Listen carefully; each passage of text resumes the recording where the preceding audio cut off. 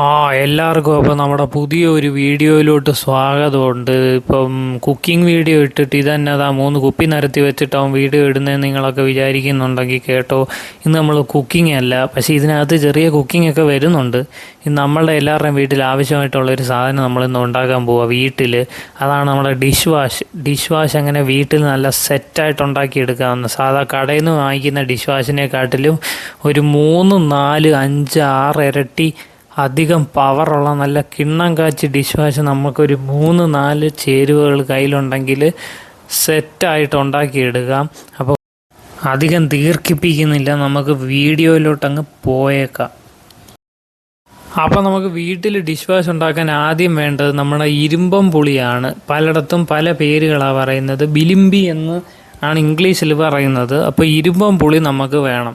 ഇപ്പോൾ 1 കിലോ ഉണ്ടാക്കാനുള്ള അളവാണ് ഇന്ന് പറഞ്ഞു തരാൻ പോകുന്നത്. അപ്പോൾ 1 കിലോ ഇരുമ്പം പുളി നമ്മൾ എടുത്തേക്കണം. അടുത്തതായിട്ട് നമുക്ക് വേണ്ടത് വിനാഗിരിയാണ്. അപ്പോൾ 1 കിലോ പുളിക്ക് ഒരു 15 to 20 ml വിനാഗിരി, അതായത് നമ്മളുടെ വീട്ടിലൊക്കെ അരി കോരുന്ന തവി ഉണ്ടല്ലോ, ആ തവിക്ക് ഒരു 2 തവി വിനാഗിരി വേണം. അതിനുശേഷം നമുക്ക് വേണ്ടത് സോഡാപ്പൊടി ഒരു 2 ടീസ്പൂൺ സോഡാപ്പൊടി വേണം 1 കിലോ പുളിക്ക്. അതനുസരിച്ച് എടുക്കുക. പിന്നെ ഒരു 2 നാരങ്ങ, 1 കിലോ പുളിക്ക് 2 നാരങ്ങയും കൂടെ വേണം. ഒരു മീഡിയം സൈസ് ആണെങ്കിൽ 2 നാരങ്ങ, വലുതാണെങ്കിൽ നമുക്കൊന്ന് തന്നെ ധാരാളമാണ്. അപ്പോൾ ഇനി എങ്ങനെയാണ് ചെയ്യുന്നതെന്ന് നോക്കാം. ആദ്യം നമ്മുടെ ഈ ഇരുമ്പം പുളി എടുത്ത് വെള്ളത്തിലോട്ടിട്ട് നന്നായിട്ട് തിളപ്പിച്ചെടുക്കുക. ഒത്തിരി വെള്ളം കൂടുകൂടാ തിളക്കരുത്.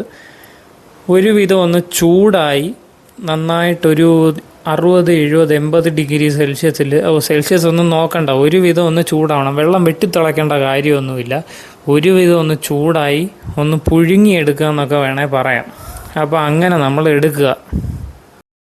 എന്നിട്ട് ഇതൊന്ന് ചൂടായി കഴിയുമ്പോഴത്തേക്ക് നമ്മൾ ഇതിനെ കോരിയിട്ട് നമ്മുടെ വീട്ടിലെ മിക്സിയിലോട്ട് ഇടുക. ആ വെള്ളം ഒരിക്കലും കളയാൻ പാടില്ല. ആ വെള്ളം നമുക്ക് ആവശ്യമാണ്. കാരണം ആ പുളിയുടെ സത്ത് മൊത്തം ആ വെള്ളത്തിലാണ് ഇറങ്ങിയിട്ടുള്ളത്. അപ്പോൾ ആ വെള്ളവും കുറേശ്ശെ ഒഴിച്ച് ആവശ്യത്തിന് ഒഴിച്ചിട്ട് നമ്മുടെ മിക്സിയിൽ കൊള്ളാവുന്നതിൻ്റെ അത്രയും പുളിയും അങ്ങോട്ട് ഇട്ട് കൊടുത്തേക്കുക. കൂടുതലിട്ട് കഴിഞ്ഞാൽ തീർച്ചയായും വീട്ടിൻ്റെ അവിടെ എല്ലാം ആവും. പിന്നെ നമ്മളെ കുറ്റം പറഞ്ഞേക്കരുത്. അപ്പോൾ ആവശ്യത്തിന് പുളിയും ഇട്ട് അതിന് ആവശ്യത്തിന് വെള്ളവും ഇട്ട് നമ്മൾ മിക്സിയിലിട്ട് നന്നായിട്ട് അരച്ചെടുക്കുക. പേസ്റ്റ് പോലെ ആക്കി എടുക്കണം. എന്നിട്ട് പേസ്റ്റ് പോലെ ആക്കിയെടുത്ത നമ്മുടെ ഇരുമ്പം പുളിയും പിന്നെ അതിൻ്റെ കൂടെ ബാക്കി വന്ന വെള്ളം കൂടെ എടുത്ത് ഒരു അണ്ടാവിനകത്ത് വെച്ചിട്ട് നമ്മൾ വീണ്ടും ഗ്യാസ് സ്റ്റൗവിൽ വെച്ചൊന്ന് ചൂടാക്കി എടുക്കണം. ചൂടാക്കുക എന്ന് പറഞ്ഞാൽ ഇത് കുറച്ചുകൂടെയൊക്കെ ഒന്ന് തിളയ്ക്കണം, എന്നാലേ ആ ഒരു എഫക്റ്റ് കിട്ടത്തുള്ളൂ. അപ്പോൾ എഫക്റ്റ് കൂടുതൽ കിട്ടാൻ വേണ്ടി നമ്മൾ 2 ടീസ്പൂൺ ഉപ്പും കൂടെ ചേർക്കുന്നുണ്ട്. ഉപ്പ് ഇപ്പോൾ വരും കേട്ടോ, ഉപ്പെടുക്കാൻ പോയേക്കാം. ഉപ്പ് വന്നു. അപ്പോൾ ഒരു 2 ടീസ്പൂൺ ഉപ്പും കൂടെ നമ്മൾ ചേർത്തതിന് ശേഷം വീണ്ടും അതിനെ കലക്കുക. അങ്ങോട്ടും ഇങ്ങോട്ടും കഴിഞ്ഞ വീഡിയോയിൽ ഒത്തിരി ആയെന്ന് പറഞ്ഞ് ഭയങ്കര പ്രശ്നമായിരുന്നു. അപ്പോൾ നമ്മൾ അങ്ങോട്ടും ഇങ്ങോട്ടും പറയുന്നില്ല, സാധാ രീതിയിൽ നമ്മൾ കലക്കുക. അടുത്തതായിട്ട് നമ്മൾ ചേർക്കാൻ പോകുന്നത് നമ്മുടെ വിനാഗിരിയാണ്. വിനിഗർ എന്ന് പറയും, അസറ്റിക് ആസിഡ് എന്നൊക്കെ പറയും. അപ്പോൾ അത് നമ്മൾ അങ്ങോട്ട് 15 അല്ലെങ്കിൽ 20 ml അങ്ങോട്ട് ഒഴിച്ചേക്കുക. ഈ കുപ്പിയിൽ കറക്റ്റ് അത്രയും ഉള്ളതുകൊണ്ട് ഏകദേശം ഒരളവ് വെച്ച് നമ്മൾ ഒഴിച്ചിട്ടുണ്ട്. എന്നിട്ട് വീണ്ടും നമ്മൾ അതിനെ ഒന്ന് മിക്സ് ചെയ്യാൻ വേണ്ടി അങ്ങോട്ടും ഇങ്ങോട്ടും വീണ്ടും കയറി വരുന്നു. അതിനെ ഒന്ന് ഇളക്കിയിട്ട് നമ്മൾ എന്ത് ചെയ്യണമെന്നറിയാമോ? നമ്മളുടെ നാരങ്ങ വലുതായതുകൊണ്ട് നമ്മൾ 1 നാരങ്ങ ചേർക്കുന്നുള്ള 2 നാരങ്ങ നീരും ക്ലിഷ് എന്ന് പറഞ്ഞ് പിഴിഞ്ഞ് അങ്ങോട്ട് ഒഴിക്കുക. അത് ഒഴിക്കുമ്പോൾ നമുക്ക് നാക്കിൽ നല്ല ഇത് വരും കേട്ടോ. അത് ഒഴിച്ച് കഴിഞ്ഞിട്ട് ആ നാരങ്ങയുടെ തോടും കൂടെ അതിലങ്ങ് ഇട്ടോ, പ്രശ്നമൊന്നും വരത്തില്ലാന്നേ. അതങ്ങോട്ട് ഇട്ട് കഴിയുമ്പോൾ അതിൻ്റെ ആ തോടിൻ്റെ സത്തും കൂടെ അതിലോട്ട് അങ്ങ് കയറും. എന്നിട്ട് നമ്മൾ ചൂടൊന്നാറിയിട്ട് സോഡാപ്പൊടി 2 ടീസ്പൂൺ ചേർത്ത് കൊടുക്കുക. അതും കഴിഞ്ഞിട്ട് നമ്മൾ അതിനെ ഒന്ന് ഇളക്കി നല്ല വൃത്തിയായിട്ടൊന്ന് കലക്കി എടുക്കുക. ഈ ചൂടാറി കഴിയുമ്പോൾ നമുക്കതിനെ കുപ്പിയിലാക്കി വെക്കാം. പിന്നെ നിങ്ങൾക്ക് ഭയങ്കര നിറവും വർണ്ണവും കളറും ഒക്കെ വേണമെങ്കിൽ കുറച്ച് ഫുഡ് കളർ ആഡ് ചെയ്ത് കൊടുത്താൽ നിങ്ങൾക്ക് ഇഷ്ടമുള്ള കളറാക്കി എടുക്കാം. അപ്പോൾ അടുപ്പത്തുനിന്ന് വാങ്ങി വെച്ചിട്ട് ഒന്ന് കലക്കിയിട്ട് നമുക്കത് ഉപയോഗിക്കാവുന്നതാണ്. അപ്പോൾ നമ്മളിതിൻ്റെ എഫക്റ്റ് നമ്മൾ കാണിച്ചു തരണ്ടേ? ഇത് നമ്മൾ ഉണ്ടാക്കിയത് വെറുതെ അന്ന് നിങ്ങൾ പറഞ്ഞാലും അതെങ്ങനെ ശരിയാവുന്നത്? അപ്പോൾ നമ്മൾ പ്രൂഫും കാണിച്ചു തരാം. അപ്പോൾ നമ്മളൊരു സ്റ്റീൽ കലം എടുത്തിട്ടുണ്ട്. നല്ല കരി പിടിച്ച സ്റ്റീൽ കലമാന്നേ. അത് നമ്മുടെ അമ്മ കഴുകി തരും. നമ്മൾ ആ സാധനം അങ്ങോട്ട് ഇട്ടൊന്ന് ജസ്റ്റ് ഒന്ന് തൊട്ട് കഴിഞ്ഞാൽ തന്നെ ആ കരി നമുക്ക് ഇളകി വരും. നല്ല സെറ്റായിട്ട് കാണാൻ പറ്റും. നല്ല സൂക്ഷിച്ച് നോക്കിക്കഴിഞ്ഞാൽ കാണാം. കണ്ടോ, പളവളാന്ന് മിന്നുന്ന കണ്ടോ? അത് നല്ല സെറ്റായിട്ട് നമുക്കധികം ബലം കൊടുക്കേണ്ട കാര്യമില്ല. മറ്റേ നമ്മുടെ സാധാ കടയിൽ നിന്ന് വാങ്ങിക്കുന്ന സാധനം വെച്ചിട്ട് അങ്ങോട്ട് ചെയ്യുമ്പോൾ നമ്മുടെ കയ്യിലൊക്കെ ഈ കരി കുഴഞ്ഞിരിക്കും. ഇത് അങ്ങനെയൊന്നും ഇരിക്കുകയില്ല.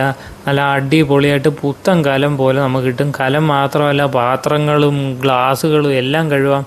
ഇനി വേണമെങ്കിൽ നിങ്ങൾക്ക് എന്തു സാധനം, ആ അടുക്കളയിലെ സിങ്കും എല്ലാം നമുക്ക് കഴുകാൻ. കണ്ടോ, ആ ഇരിക്കുന്നതെല്ലാം അപ്രിലിൻ്റെ കുപ്പിയിലാക്കി വെച്ചേക്കുന്നതേ ഉള്ളൂ. നമ്മളുണ്ടാക്കിയ അതേ സാധനം തന്നെ അതെടുത്ത് അങ്ങോട്ട് തേച്ച് കൊടുക്കുക. ഇനി നമ്മൾ കലം തിരിച്ചു വെച്ചിട്ട് അതിൻ്റെ അടി ചെറുതായിട്ടൊന്ന് തേച്ച് കൊടുക്കുന്നേ ഉള്ളൂ. കാരണം കലത്തിൻ്റെ അടിയിൽ കരി കുറച്ചിരിക്കുന്നത് നല്ലതാണ്. അല്ലെങ്കിൽ കലം ഒത്തിരി നാൾ നിൽക്കുകയല്ല, അതിൻ്റെ അടിയിൽ കിഴുത്ത വീഴും ചൂട് കൊണ്ടിട്ട്. അപ്പോൾ കലത്തിൻ്റെ അടിയിൽ എപ്പോഴും കുറച്ച് കരി നമ്മൾ വെച്ചേക്കണം, കഴുകുന്ന സമയത്താണെങ്കിലും. അറിയാത്തവർക്ക് വേണ്ടിയാണ് പറഞ്ഞു തരുന്നത്. അറിയാവുന്നവർ അത് ഞങ്ങൾക്കറിയാം, നിങ്ങളെന്തോ പറയുന്നത് അങ്ങനെയൊന്നും പറയല്. അറിയാത്തവർക്ക് വേണ്ടി പറഞ്ഞു തരും. അപ്പോൾ കലത്തിൻ്റെ അടിയിൽ നമ്മൾ കുറച്ച് കരി വെച്ചേക്കും, അത് കലത്തിൽ ഓട്ട വീഴാതിരിക്കാൻ. ഇനി നമുക്കത് അങ്ങോട്ട് വെച്ചിട്ട് വെള്ളം ഒഴിച്ച് നോക്കാം. എൻ്റെ മോനെ, പുത്തൻ കലം വാങ്ങിച്ച പോലുണ്ട്. കണ്ട അടിയിൽ നമ്മൾ കരി വെച്ചേക്കുമെന്ന് പറഞ്ഞായിരുന്നു. അപ്പോൾ അങ്ങോട്ട് നന്നായിട്ട് ജസ്റ്റ് വെള്ളം ഒഴിച്ചൊന്ന് കഴുകിയാൽ മതി. ഒത്തിരി ബലം കൊടുക്കുകയും വേണ്ടതോ. കയ്യിലെ കരിയും പോയിട്ടുണ്ട്. അല്ലെങ്കിൽ മറ്റേതാണെങ്കിൽ നമ്മളെ സോപ്പ് പൊതയായിട്ടിരുന്ന് കുഴഞ്ഞ് ഒരുമാതിരി ഇരിക്കുള്ള വെള്ളവും വേസ്റ്റാവും, ഭയങ്കര ബുദ്ധിമുട്ടാണ്. കണ്ട കയ്യിലെ ഇതും പോയി. നല്ല കിണ്ണം കാച്ചിയായിട്ട് കിട്ടിയിട്ടുണ്ട്.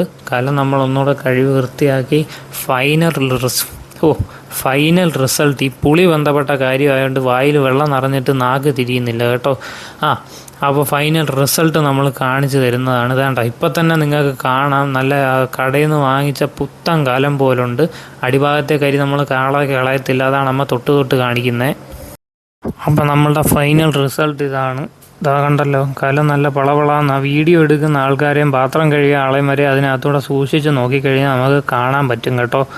അപ്പോൾ ഇത്രയേ ഉള്ളൂ നമ്മുടെ ഇന്നത്തെ വീഡിയോ. പിന്നെ ഈ ഡിഷ് വാഷ് നമ്മൾ കുറച്ച് കൊടുക്കുന്നുണ്ട്, ഉണ്ടാക്കി ഒത്തിരി ഇരിപ്പുണ്ട്.